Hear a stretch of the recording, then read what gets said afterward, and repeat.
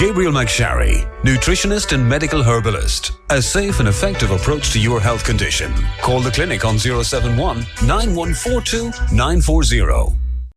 Now then, I'm joined on the line by Mr. Gabriel McSharry, who's a nutritionist and medical herbalist and based in Calgary in County Sligo. Just looking at the community life section of the Western People newspaper, the heading, How Your Gut Flora Influences Your Health. It says a new study in the journal Nutrition in Clinical Practice, April 2012, shows that microorganisms in the human gastrointestinal tract form an intricate living fabric of natural controls affecting body weight, energy and nutrition. God, there's some big words there for me, Gabriel. Good morning, Johnny. How are you? Yeah, very interesting line of research now over the last few years is into the gut microflora. So the bacteria and microorganisms that live in our digestive system, from our mouth to our anus. And the more and more research that comes out, the more and more clear it gets that really our health is intricately related to the health of this ecosystem of microflora in the gut. And if the ecosystem is imbalanced and in good health, the health of our body and mind will also be robust. Research in general shows that your gut flora can affect numerous processes in the body, including metabolism, energy production, nutrition, and even like genetic expression. And also from previous research, we know that the gut microflora plays an intimate role in mental illness as well. How do we check our gut microflora then? Yeah, well, it's not that easy to just run a check per se, and it'll be there is some obvious tells though. Telltale signs, yeah. Yeah, if you have any bloating or flatulence or wind or abdominal discomfort, altered bowel habits, diarrhea, constipation, any kind of upper gastro symptoms like reflux, indigestion, heartburn, all of these would indicate an imbalance in the gut microflora. Unfortunately, you can nearly be assured that these days, especially in children, the ecosystem or gut is out of balance somewhat. So obviously a lot of this has got to do with the food that we're putting into our tummy. The food that we're putting into our tummy for sure, but also the start we get in life. And it's more relevant than of recent years, and just the whole birthing process has changed a bit. We're born with a sterile gut. It's a sterile area, and the first microorganisms that inoculate the gut and set it up for life, really, it starts at the start, is microorganisms that are in the birth canal and the vagina. And this changes throughout pregnancy. But they're the first microorganisms that baby would consume orally, and that'll set up the gut microflora. And then that's then enhanced by the microflora that's in the breast milk. So that's a form of mum passing on her immunity to baby. It's an amazing area of research, but more and more that where we play with that whole picture, it just shows that it sets the stage for kind of health problems down the track. So obviously with a cesarean section, it cuts out that first phase, the main where we inoculate the first ecosystem of the gut. And it's shown in research that babies born from C-section would have different species of microorganisms and bacteria in the gut early in life. And then obviously what's unfortunately was all too common in the last generation was not to breastfeed. So you're on a bottle, a formula that will never ever equal mother's milk. But therefore you're not getting, again, specific microorganisms that would be specific to, we'll say that family. But in general, it'll also, in there is your environment as well. So people in different environments would have different gut flora, just depending on the different foods they consume, but also other stuff that's in the environment, microorganisms in general.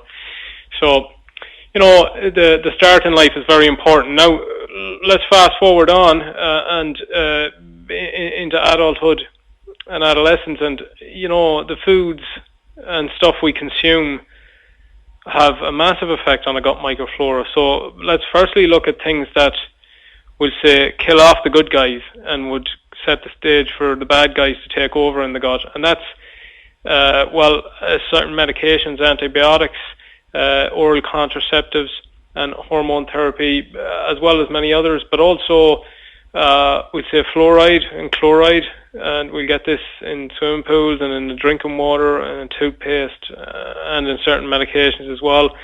But also antibacterial soaps and sprays and bleaches and everything we use in the house and in our environment, even to wash the dishes and so on. The small residues of all these will end up on the plate, and we consume them into the body. And it's more of an accumulative thing that over time this changes the ecosystem of the gut and sets the stage for disease. Okay.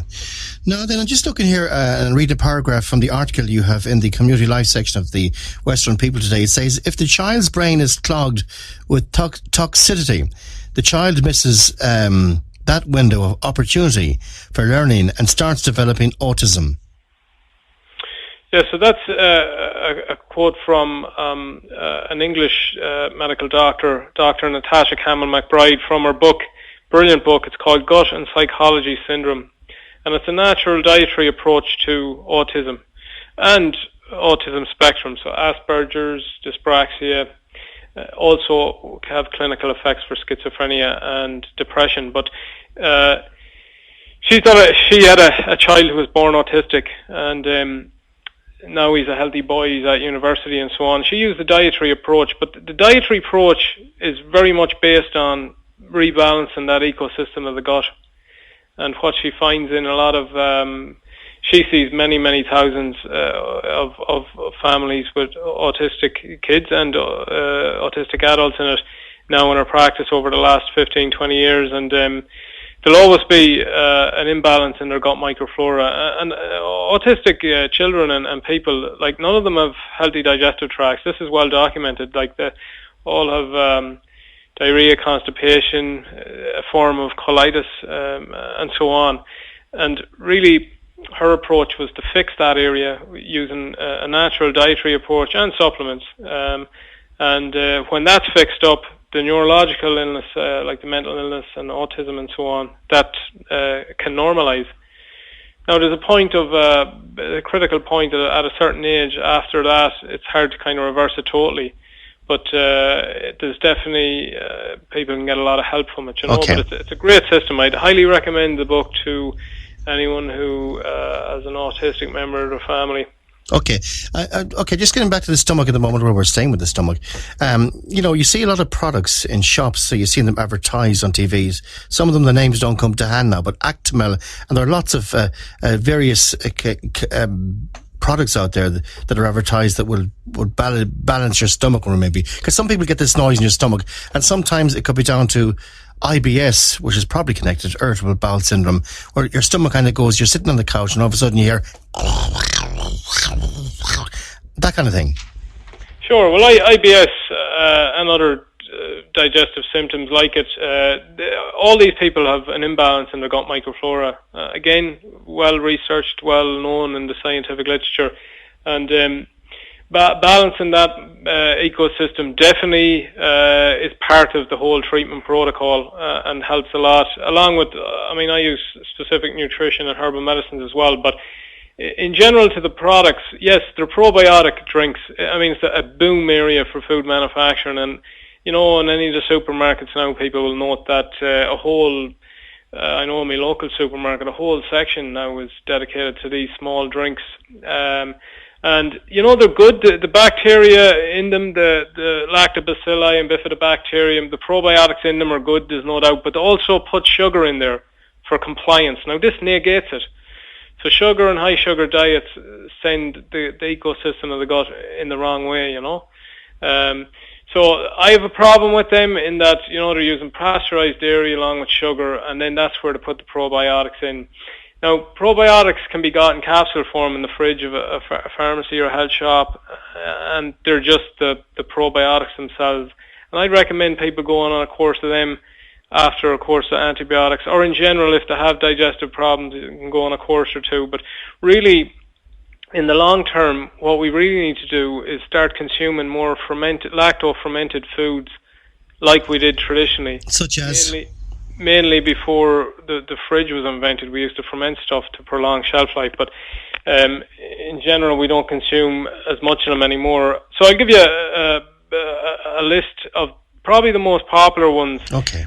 The most popular one in Ireland traditionally would be lacto-fermented dairy, so yogurts generally, and sour cream and stuff, because we had a lot of dairy on the go. But so good quality yogurt. If you want to be idealistic, I get people to make their own one and ferment it for 24 hours at home, just with a yogurt maker. It's actually easy enough once you get going. But you'll be guaranteed then that it's full of good beneficial bacteria. The ones over the counter, some of them are poor. A lot of them have sugar in them. But you can get a whole milk, Glenesca Yo Valley whole milk natural yogurt is probably the best one out there in the supermarkets. Kefir, if anyone's heard of kefir, it's like a yogurt. It's a lacto-fermented beverage with different type of microorganisms. Very, very good. I only got into it myself in the last few years, but it's a really, really good natural probiotic that's a food, like yogurt. You incorporate it into your daily diet. One more close to Germany, mainland Europe, is sauerkraut. So it's a fermented cabbage. Again, a lot of the Polish here, as they come in, you see in the Polish sections, you'll see a lot of these fermented sauerkraut and pickled cucumbers and stuff like that. They use a lot of fermented foods and still do traditionally. And these things can be really, really good in small amounts on a daily basis, just to re-inoculate the gut of beneficial microflora and keep it robust. Obviously unpasteurized cow's milk as well. Traditionally raw milk straight from the cow would have loads of probiotics in it, but the pasteurization process will destroy that.